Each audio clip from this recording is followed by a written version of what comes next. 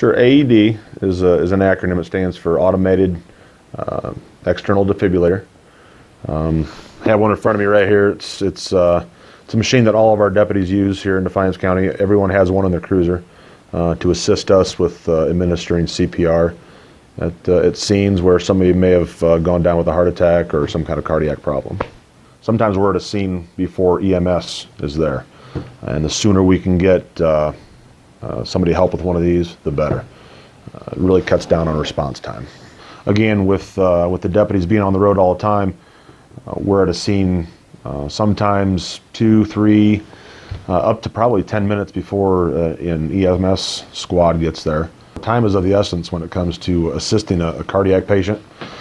So the quicker somebody can get to an AED to assist a cardiac patient, the better. When schools or churches have them readily available in the hallways, it doesn't take much training for somebody to be able to operate one of these. Very, very simplistic and easily operated.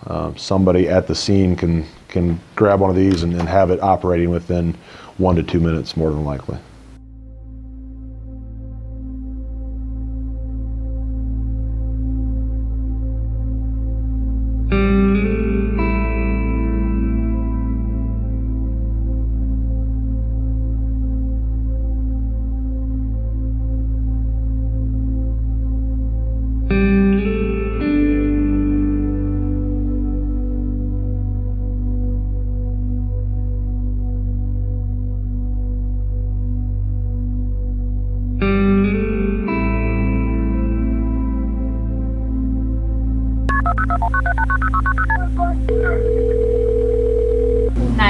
Where is your emergency?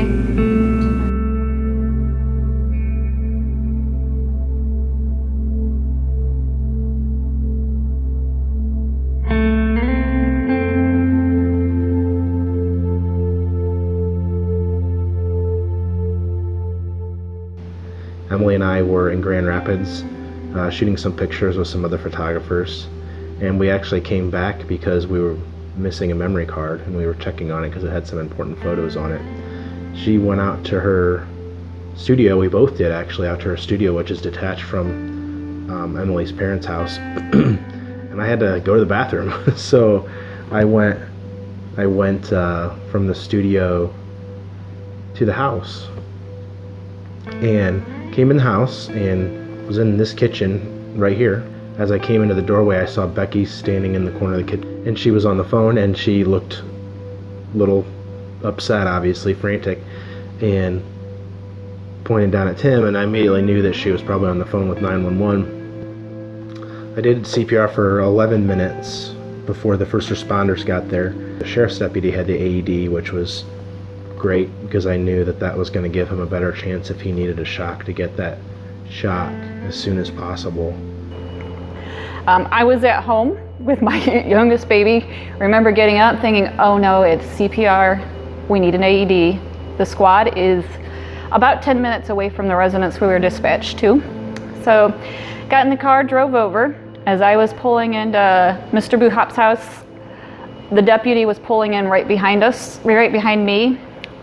I got out of the car, we looked at each other, and both of us just let down a sigh of relief because he knew I knew what to do, and he had the AED. Went into the house and found Mr. Buhop on the floor with CPR in progress. We attached the AED. We analyzed and immediately shocked and checked his rhythm. At that time, he still did not have a pulse. I believe we started CPR again. At that time, the squad arrived with our AED and a couple more EMTs. And I remember looking up at Karen, who was there. She was checking for his pulse, expecting her to say no pulse. We were going to start CPR.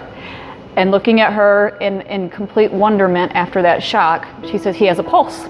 En route to the hospital, I was attempting to put an airway in to help make sure he could breathe okay. Another EMT was attempting to start an IV. At that time, Mr. Buhop opened his eyes and started talking to us to the amazement of everybody in the back of the squad. Ended up transporting him to the hospital, and the doctor was amazed and still did not believe that we had shocked him twice because he was wide awake and pretty much alert at that time. You hate to get called on a run like that, is because especially out in this area where you're volunteer and nobody's right there waiting to come out of the station, is the most important thing you can have in a witness cardiac arrest is an AED, because shocking the rhythm out back into a good rhythm is the only thing that will fix most of your. The research shows how important it is to get the AED to the patient immediately, because it will save. Time is everything on a cardiac arrest. It will save a life. I don't know that we would have been able to get him back in the time it took for the squad to get there with theirs. I mean, that even a few minutes makes a huge difference for shocking somebody.